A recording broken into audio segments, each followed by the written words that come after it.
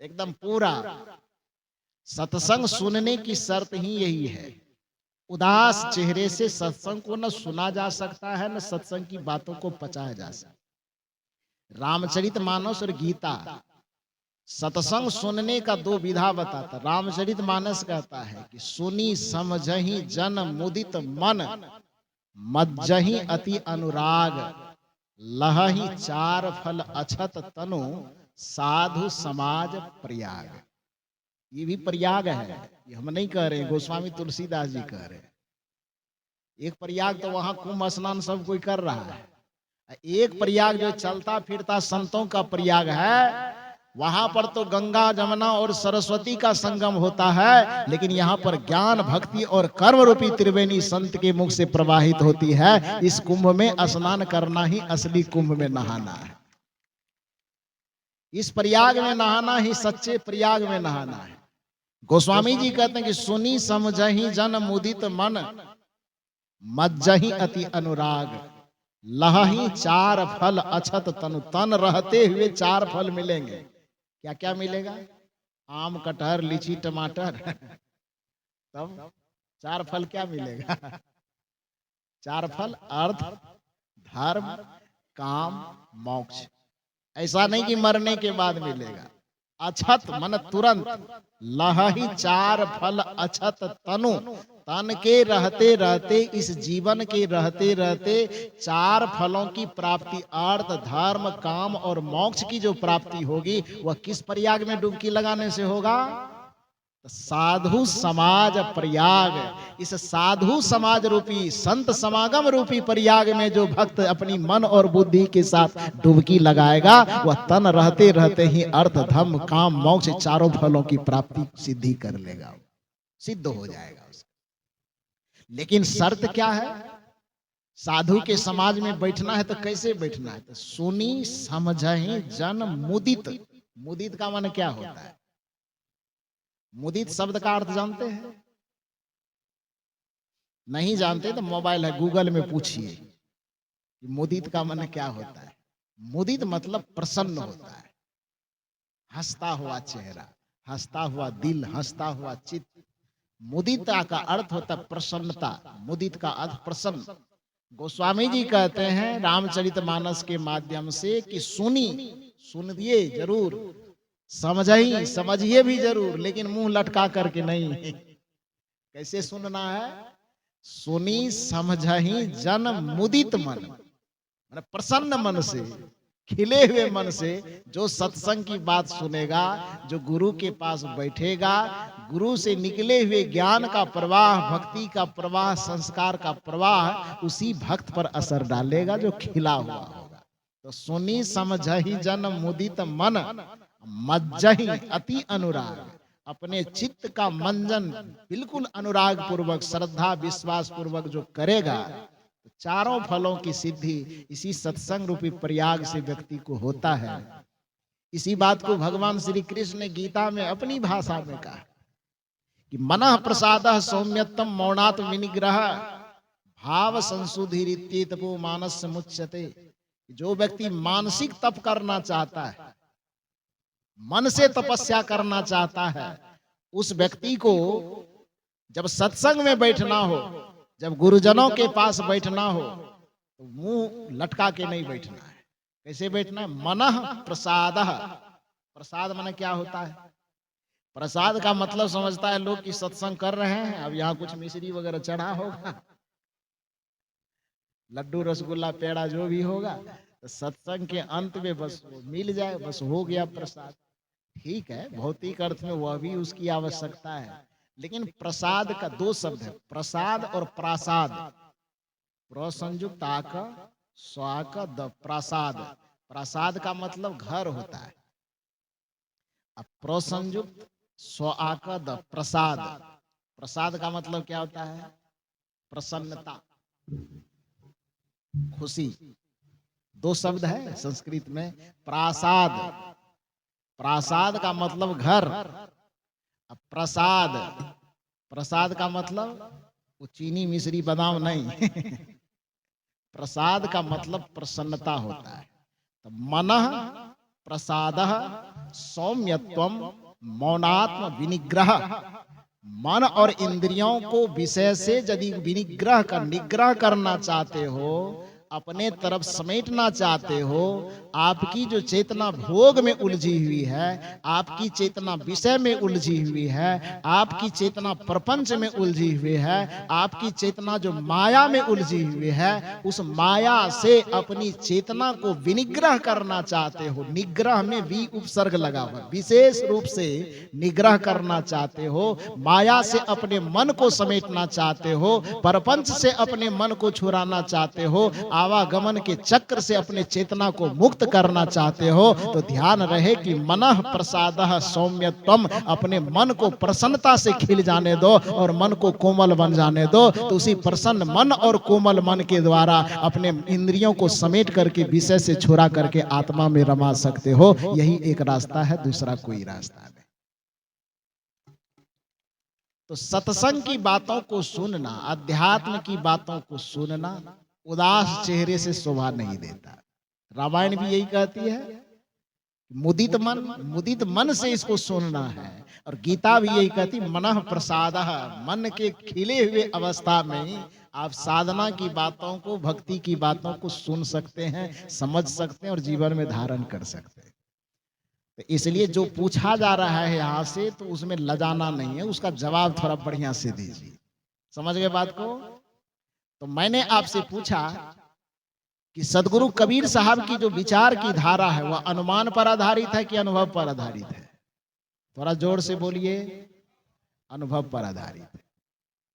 और इस अनुभव पर आधारित होने के कारण कबीर साहब से अलग जो अपना विचारधारा रखता है, कोई सगुनवाद का विचारधारा रखता है, कोई रामवाद का विचारधारा रखता है, कोई कृष्णवाद का विचारधारा रखता है, कोई मंदिरवाद का विचारधारा रखता है, कोई वेदवाद का विचारधारा रखता है, तो कबीर साहब के विचारधारा से अलग जो भी अपना विचारधारा रखता है, वो कहते हैं कि कबीर साहब तो भगवान को नहीं मानता है, शास्त्र को नहीं मानता है। अनुभववादी होने के कारण कबीर साहब को छांट करके सबसे अलग कर देता है।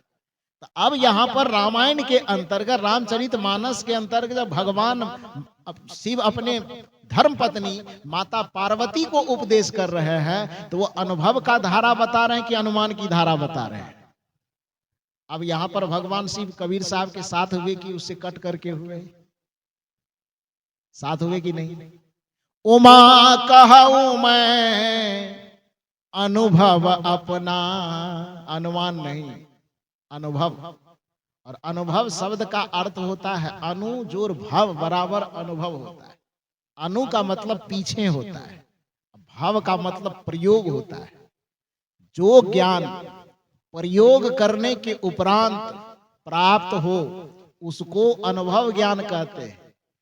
यही अभी बात बता रहे थे, मिठाई के संबंध में सुनना एक अलग बात है, और मिठाई को खाने के बाद उससे जो अपने जीव के द्वारा ज्ञान उत्पन्न हुआ कि मिठाई खाए तो कैसा लगा, मीठा, वो मीठा लगना जो है, और उस मीठे लगने की जो अभिव्यक्ति है, वो कौन सा अनुमान ज्ञान होगा कि अनुभव ज्ञान होगा? अनुभव होगा। क्यों होगा?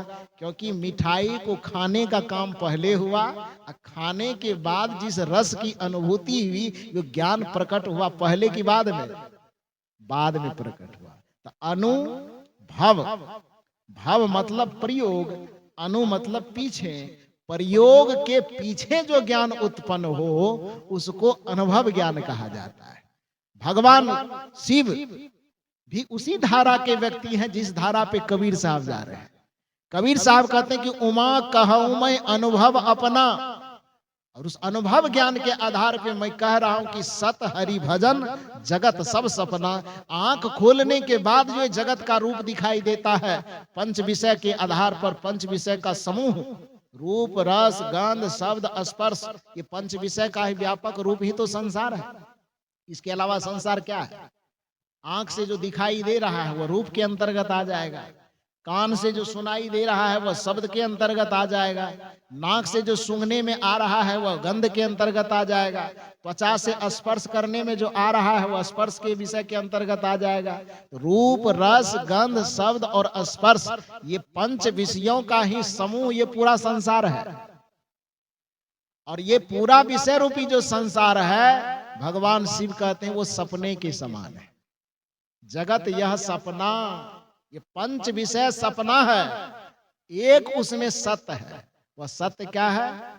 जो भीतर में बैठा हुआ परमात्मा है, जो सबके घट में बैठा हुआ राम है, जो सबके घट में बैठा हुआ शिव है, जो सबके घट में बैठा हुआ वह ब्रह्म तत्व है, वह सबके घट में बैठा हुआ जो रमैया राम है, जिसको कबीर साहब कहते हैं कि कस्तूरी कुंडल बसे मिर्ग ढूंढे बनमाही, ऐसे घट घट राम है दुनिया जानत नाही। ज्यों तिल माही तेल है, ज्यों चकमक में आग, तेरा साईं तुझ में जाग सके तो जाग। सब घट मेरो साइया सोनी सेज न कोई, अब बलिहारी व सेज की जाघट परगट।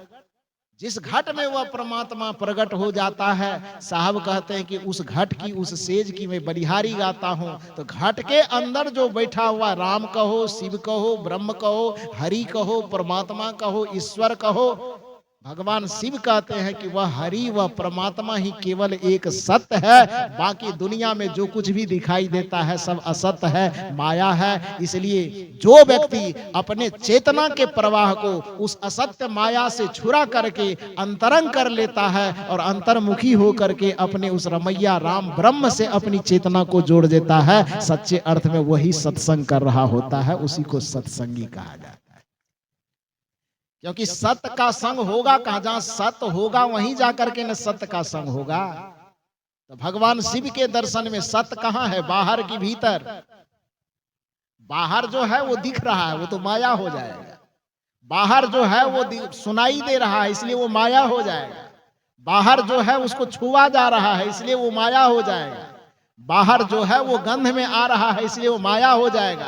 इसी को गोस्वामी जी की भाषा में कहें तो गौ गौ चर जहां लगी मन जाई, सो सब माया जानहु भाई। गौ मतलब इंद्रियां, गौचर माने इंद्रियों का विषय। ध्यान दीजिए शब्द पर, गौ गौचर। गौ मतलब इंद्रियां, गौचर माने इंद्रियां जिसमें जाकर के विचरण करती है, उन विषय को गौचर कहा जाता है। तो आंख यदि इंद्रियां है तो आंख रूपी इंद्रिय का गौचर क्या हुआ? रूप हुआ ना। क्योंकि आंख कहां चढ़ती है जाकर के? विचरण कहां करती है आंख? रूप में ना। कान यदि गौ है तो कान का गौचर क्या होगा? शब्द। नाक यदि गौ है तो नाक का गौचर क्या होगा? गंध। त्वचा यदि गौ है तो त्वचा का गोचर क्या होगा? स्पर्श। जीव यदि गौ है तो इस जीव का गोचर क्या होगा? रस, स्वाद। गोस्वामी जी कहते हैं गौ गौचर यानी इंद्रियां और इंद्रियों का विषय संसार में तुम्हें जहां तक दिखाई देता है, गौ गौचर जहां लग मन जाई, सो सब माया जानहु भाई। सब माया है। तो बाहर में आपको जो भी दिखाई दे रहा है, सुनाई दे रहा है, गंध तक आ रहा है, स्पर्श तक आ रहा है, वो सब माया है। और इसी माया को संसार कहा जाता है। इस संसार रूपी माया से हट करके बस एक ही चीज सत्य है, जिस सत्य को इस दुनिया में राम कहा जाता है। इसलिए जब दुनिया में आदमी जीवन भर कभी राम का नाम ले कि न ले, लेकिन जब चार आदमी कंधे पर उठा करके उसे शमशान घाट की ओर यात्रा करवाता है, तब लोग क्या बोलते हैं? राम नाम सत्य है। तो उसी राम तत्व से जो संग कर ले, उसी सत्य से जो संग कर ले, सच्चे अर्थ में वही सत्संग है। और उस सत्य कहीं बाहर में नहीं है, क्योंकि बाहर में संसार है और संसार माया का रूप है। इसलिए उस मायावी संसार की को छोड़ करके, उस मायावी संसार का संग छोड़ करके जो आत्मा राम का संग कर ले, जो बाहर से चेतना को समेट करके अंतर्मुखी कर ले और बाहर के विषय से चेतना का संबंध तोड़ करके अपनी आत्मा से जो चेतना का संग करवा दे, सच्चे अर्थ में वही सत्संग कर रहा है और उसी सत्संग से कल्याण होगा। तो बातें की जा रही थी कि सत्संग क्या है। सबसे पहले सत्संग करने से पहले सत्य को समझना होगा। सत्य बाहर में नहीं है, सत्य कहाँ है? भीतर में है। क्योंकि दो ही चीज है, एक असत्य और दूसरा सत्य। बाहर में जो चीज दिखाई दे रहा है वह असत्य है, भीतर में जो चीज है वह सत्य है। असत्य इसलिए है क्योंकि वह क्षण क्षण पल पल बदल रहा है, इसलिए उसका एक नाम संसार है। संसरति इति संसारः, जो निरंतर ससर रहा हो, जो निरंतर गतिशील हो, जो निरंतर बह रहा हो, इसलिए उसका एक नाम जगत है। जो निरंतर गत हो रहा, गत होने का मतलब बीतना, जाना, सरकना, जो निरंतर गत हो रहा हो उसी को जगत कहते हैं। जो निरंतर संसरण कर रहा हो, ससर रहा हो, जा रहा हो, तो संसरति इति संसारः, जो निरंतर ससर रहा हो, जो निरंतर संसरणशील हो उसी को संसार कहा जाता है। और जो निरंतर ससर रहा है, जो निरंतर गतिशील है, उसमें सत्य को खोजना तो बिल्कुल मूर्खता है। क्योंकि जो अस्थिर ही नहीं है तो वह सत्य कैसे हो सकता है? जो क्षणभंगुर है वह सत्य कैसे हो सकता है? तो संसार में जो भी दिखाई दे रहा है, संसरणशील होने के कारण, गतिशील होने के कारण, क्षणभंगुर होने के कारण वह असत्य है और माया है। इसलिए उस माया का जब तक हम संग करते रहेंगे, हमारी चेतना जब तक उसका संग करती रहेगी, तब तक हम सत्संग के संबंध में तो जान सकते हैं, लेकिन सत्संग को नहीं जान सकते। सत्संग को जब भी हम जानेंगे जब हम उस सत्य को समझ पाएंगे और उस सत्य में स्थित होने की जो युक्ति है उस युक्ति को प्राप्त करेंगे। वही युक्ति इस सत्संग में दी जाती है कि एक जगत को समझिए और दूसरा अपने भीतर में बैठे उस परम सत्य को समझिए। जगत से अपनी चेतना को छोड़कर, जगत से के प्रपंचों से अपनी चेतना को मोड़कर अपने हृदय में धंसने दीजिए और हृदय में धंसा करके अपनी चेतना को आत्मा का संग करवा दीजिए। यही सच्चे अर्थ में सत्संग है और इसी सत्संग से सबका कल्याण हो सकता है। तो मैंने निवेदन आपसे किया कि सत्संग के संबंध में सुनना एक अलग बात है और सत्संग के बारे में सत्संग करना एक अलग बात है। भजन के संबंध में सुनना एक बात है और भजन करना एक बात है। धर्म के संबंध में सुनना एक बात है और धर्म को जानना और जीना दूसरी बात है। जैसे पानी के संबंध में सुनना, ये सब कोई सुन सकता, हम भी सुना सकते हैं। अभी प्यास लगी हो तो पानी के संबंध में यहाँ व्याख्यान 1 घंटा देने से प्यास बुझ जाएगी? ये प्यास और बढ़ जाएगी, प्यास और बढ़ जाएगी। प्यास बुझेगी कब? जब पानी के संबंध में लेक्चर दिया जाए कि न दिया जाए, भाषण दिया जाए कि न दिया जाए, उससे मतलब नहीं। एक गिलास पानी ला के कोई दे, हम हाथ में पकड़े, उसे घटाघट पी जाए, बिना सुने भी हमारी प्यास बुझ जाएगी, बुझेगी ना?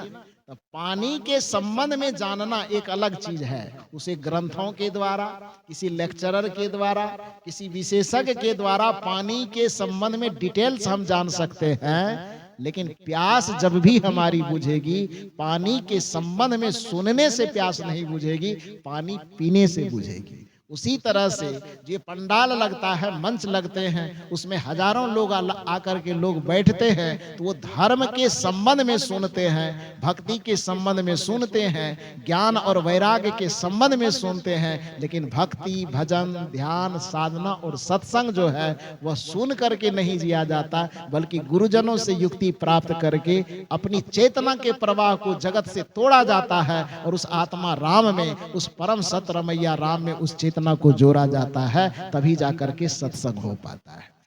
तो अभी के सत्र में इस सत्संग की एक छोटी सी युक्ति बताने की चेष्टा की गई।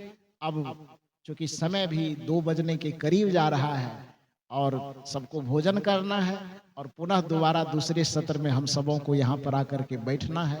लेकिन ध्यान रहे कि मधुमक्खी के छाता को थोड़ा सा दूर करके बैठना है। अगले सत्र से एकदम हम लोग को खिलखिलाते हुए बैठना है। बस इतना ही निवेदन करके, इतनी गर्मी में भी आप सबों ने मेरे विचारों को इतना शांत चित्त और धैर्य पूर्वक